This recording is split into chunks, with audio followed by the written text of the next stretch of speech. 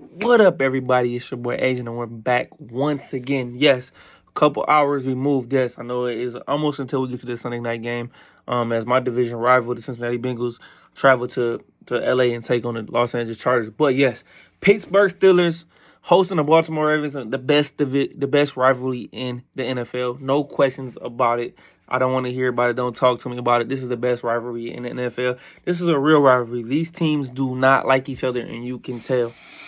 But with that being said, another classic Ravens-Steelers game. Yes, the Steelers are able to pull the game out 18-16 in a crazy fashion.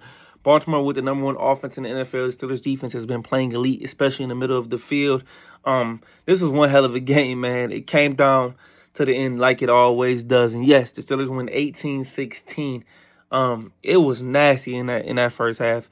Like I said, 18-16, man. 34 points. I mean, like I said, it's old school rivalry. This is like a 2002 game and it's 2024, but the Steelers come out on top. But let's get it started. Let's get it from the beginning of the game. Steelers decide to kick the ball first, play defense. And guess what? First play of the game, Derrick Henry is running, and Nick Herbert punches the ball out. First game back from injury. He punches it out and is recovered by Deshaun Elliott, former Baltimore Raven. Yes. Eventually leads to a field goal. 3-0. Steelers doing their thing. Couple stops on defense.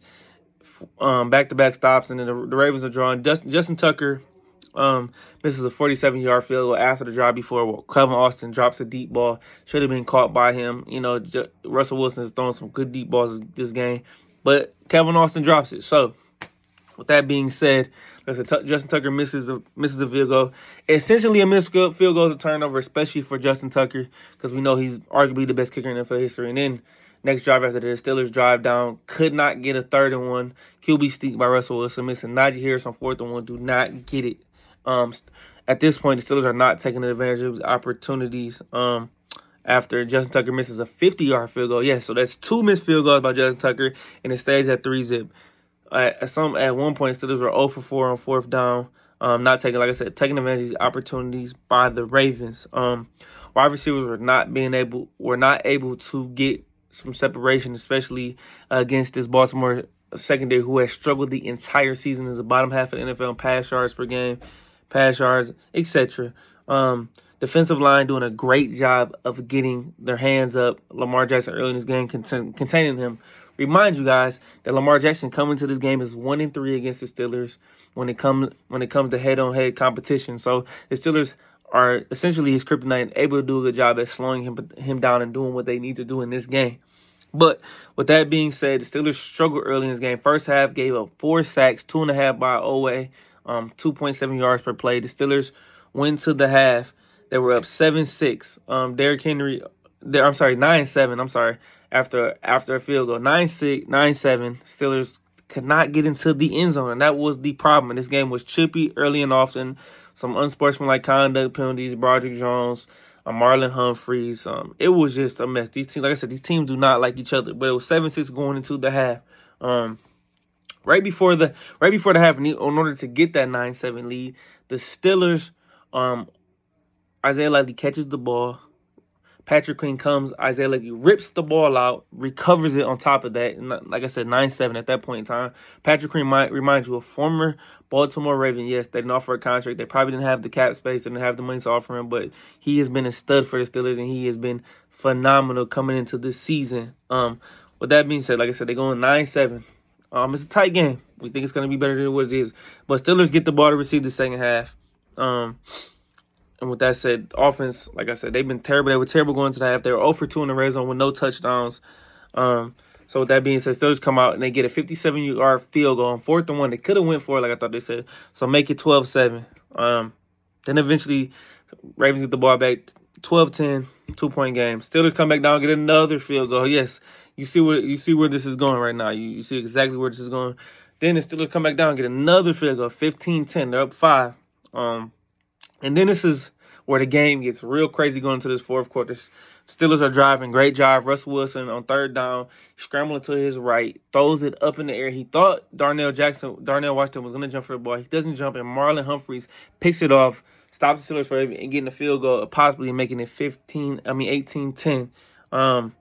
Then with that being said, on this next play, on this next drive, Peyton Wilson covering Justice Hill somehow managed to rip the ball from Justice Hill. Justice Hill, it looked like he was running a wheel route, and he takes the ball from him. And he's able to get an interception. That capitalizes, leads to a Steelers field goal. 18-10. Steelers are up 8 with 3:35 left. Boswell was 6 for 6 in this game.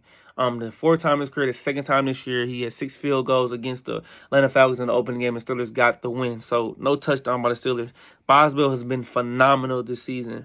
That being said, the Ravens get the ball back. They eventually drive down, score a touchdown to Zay Flowers. They go for 2. It was a weird play call. I don't really know how to describe it. Lamar Jackson is scrambling to his left. Mind you, he's a right-handed quarterback. Joey Porter Jr. is able to take him down and force him to an errant throw that hits Cam Hayward and falls to the ground. 18-16. Steelers get the ball back. Justin Fields comes in for a couple plays. He slides real early where he on second down where he could have got a first down. He slid a yard early. Najee Harris is able to run it, convert, and the Steelers win the game. Yes, the Steelers win the game. That means the Steelers are in first place in the AFC North at 8-2, 1-0 in division. In these next 3 games are division games.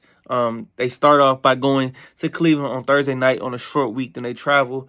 Then they play the Cincinnati Bengals, and then they host the Cleveland Browns again. So we're off to a bang, bang, bang start. But we are first place in the AFC North, and we won 8-1 in our last 9 against the Baltimore Ravens. Yes, we are 8-1 in our last 9 against the Baltimore Ravens, and that moves Lamar Jackson to 1-4.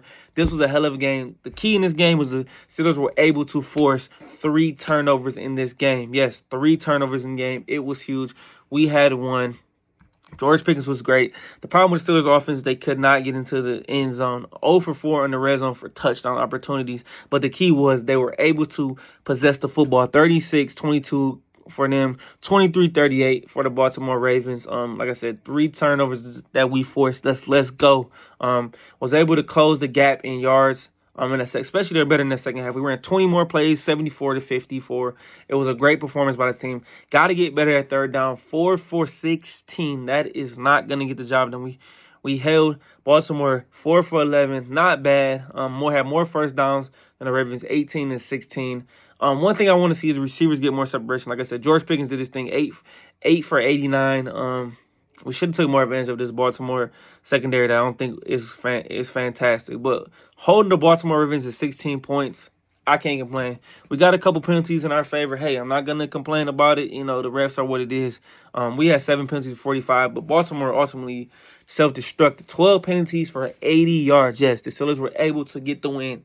Yes, like I said, we are 8-2.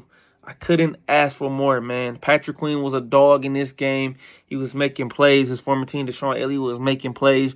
Joey Porter Jr. got banged up a little bit. Keanu Benton got banged up a little bit, but the Steelers got the win. Yes, as we all know, they're fighting to win this division. They were picked to finish last in this division coming into the season, but guess what? They are proving the doubters wrong right now, and they're third in the AFC as the Buffalo Bills just defeated the undefeated Kansas City Chiefs, the 9-0 Kansas City Chiefs.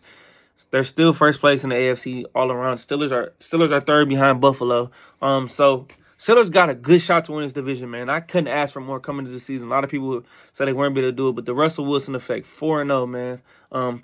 Just a phenomenal job by Russ. He didn't have his best game, especially earlier, but he was able to, create in the second half, make some plays. 23 for 36, 205. He had an interception, so it's okay. We held Lamar Jackson for 16 for 33 for 207, touchdown and a pick. Derrick Henry did another good job against him. He only had 13 carries for 65 yards. He broke a big play early in that second quarter where it led to the touchdown, but it wasn't nothing too much damaging. So I think we did a good job. Like I said, this rivalry is crazy. Anything can happen. But we got the dub, like I said, and I can't complain. I'm happy, man. Steelers are 8-2. We're taking our talents down to Cleveland this Thursday, coming up a short week. I know the guys are going to be banged. They're going to be bruised. It's going to be tough, man. I think they can beat Cleveland. Cleveland's coming off a brutal loss on the road to New Orleans Saints, who are not a good football team as well. Jameis is at the helm at quarterback, so got to come and take a visit. We took care of business. 1-0 for our first division game of the season. Got 3 more coming up in a row, but let's focus on Cleveland. I'm happy we got the dub. Mike Tomlin knows what he's doing. These boys are coming to play, and we are a real contender, man. So the fans, stand up, wave them towels. Hey, it's your boy Adrian. I appreciate all the love and support. Subscribe, like this channel. Give me a thumbs up. I appreciate it. Tell your friend, tell a friend, and follow me. Hey, it's your boy Adrian, and I'm out.